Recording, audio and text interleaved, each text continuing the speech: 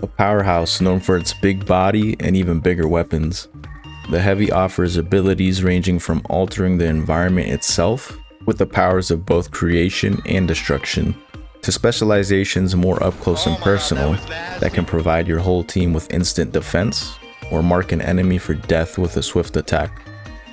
In this video, I'll break down every ability in the Heavy's arsenal while going over some tips and tricks to find out what ability is right for you. Jumping right into it with our first ability, Charge and Slam.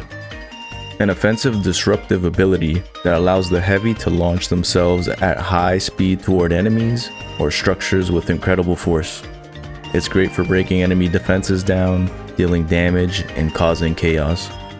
On impact, it has a knockback effect, scattering enemies like pins at a bowling alley. You die! Dealing a significant 130 initial damage, then plus 50 for every consecutive hit. This can be devastating to light and medium classes, although Heavies might shrug this off like it's a chest bump after a touchdown. With a short ability duration of 3 seconds and the loss of fine movement control when in use, it can be tricky to accurately line up your enemies. Don't worry though, its quick cooldown of 12 seconds make it easy to keep your enemies pressured or to make an escape. Go through any wall when you're in a tight spot, or use it to keep up with your smaller, much quicker teammates. Be mindful of the duration, range, and what you end up destroying. When you don't have cover nearby, charging at the enemy out of range makes you an easy target as you're locked in until it ends. Now we talked about the charge, but what about the slam? With it, you can destroy floors to create openings for a sneak attack, or fall from the sky like a prehistoric meteor, ready to extinct anyone below. Whether you choose a more calculated or straightforward approach, the height you fall from will dictate how much damage is done. The slam itself is an area of effect attack that will damage all nearby enemies. The damage range drops off pretty quickly, but it can be used to finish off your normal charge with some extra damage. I recommend you up your defense when running this ability and equip the barrier. It can provide hard cover if you're ever caught out in the open, and can also be used as a boost to get to a higher ground. As for weapons, always have the RPG-7 for each of these abilities, as its high damage is always useful, especially in cases where you need a ranged weapon. If you're into causing chaos and getting up close and personal with your enemies, lock in the Charge and Slam. Moving on to a very different ability, one more akin to what a construction worker would use, the Goo Gun. This quirky, powerful weapon fires a mysterious sticky substance that can significantly slow enemies down and obstruct their movement. Block paths and create safe zones for your team, control objectives by creating goo walls and ceilings, all with the fling of a booger. The Goo Gun isn't just about defense, it's a multi-tool that can also disable enemy equipment, such as mines and sentry guns. Disable is the important word here, as enemies can just easily shoot the goo off, although that's the perfect time for a counterattack. It also can be a great way to stop escaping enemies in their tracks, especially if you're using close quarter weapons. You could also coordinate with your team to blind and confuse enemies and set up easier kills. Need a boost? Use it to create makeshift ledges so you and your team can leap up to higher ground. You can even jump and shoot goo under yourself to go straight up, sort of like building a tower in Minecraft. Goo has many uses, but it isn't indestructible. Explosives can destroy it fairly easily, and if any kind of fire breaks out near your marshmallow creations, expect any connected piece to turn to s'mores in about 9 seconds. For weapons, I'd go close quarters with any of the shotguns, since you want to be barricading yourself in rooms most of the time. Mines are also a great addition for adding another layer of defense to your squishy creations. Whether you're preventing a cash out steal with a well-placed goo shot, or simply enjoying the chaos you create, your creativity and the 20-round mag capacity are your only limits when it comes to wielding this versatile tool. If you enjoy building up your defenses and staying hunkered down, equip the Goo Gun and channel your inner construction worker. Now moving on to an energy weapon capable of projecting a shield out of thin air. The Mesh Shield. A deployable horizontal barrier designed to provide cover and block incoming fire and projectiles. Perfect for advancing toward enemies as a team and protecting key positions. This shield has the health equivalent of 3 medium players with a total of 750. absorbing or deflecting anything upon impact, including bullets, projectiles, and explosions. It also allows your team to fire through it like it doesn't even exist.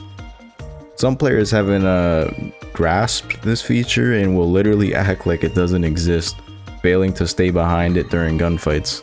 When activated, you switch to third-person view, which is great for peeking around corners and keeping an eye on enemies. It also really helps to keep shifty teammates behind cover. Despite the animation making it seem slow to deploy, it begins blocking enemy fire almost instantly. This enables you to throw off opponents during gunfights and ruin their flow while you get some shots in yourself. What is slow though is your movement speed. Once enabled, expect to be walking like you're following an NPC on a side quest. So make sure to hop onto any zip lines or jump pads when you can, since you can continue blocking incoming fire anyway.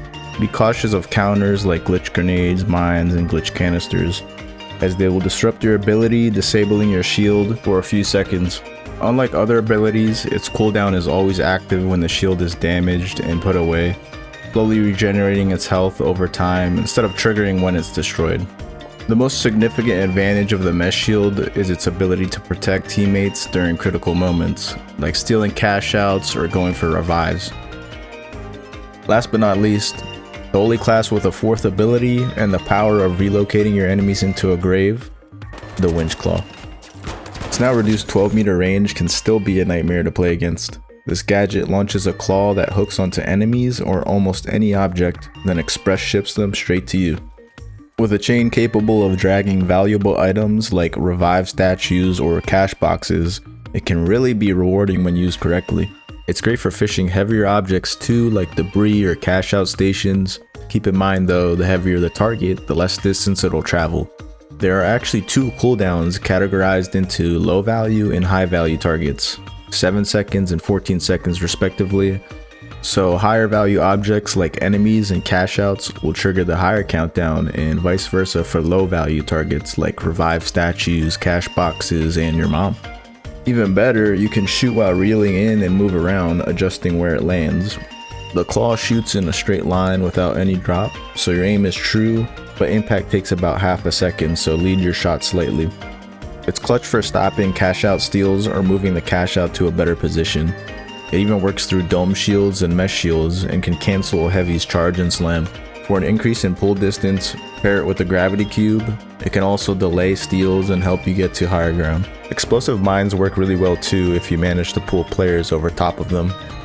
If you like melee weapons, this is probably the ability for you. It'll really help for those enemies who are just out of melee range.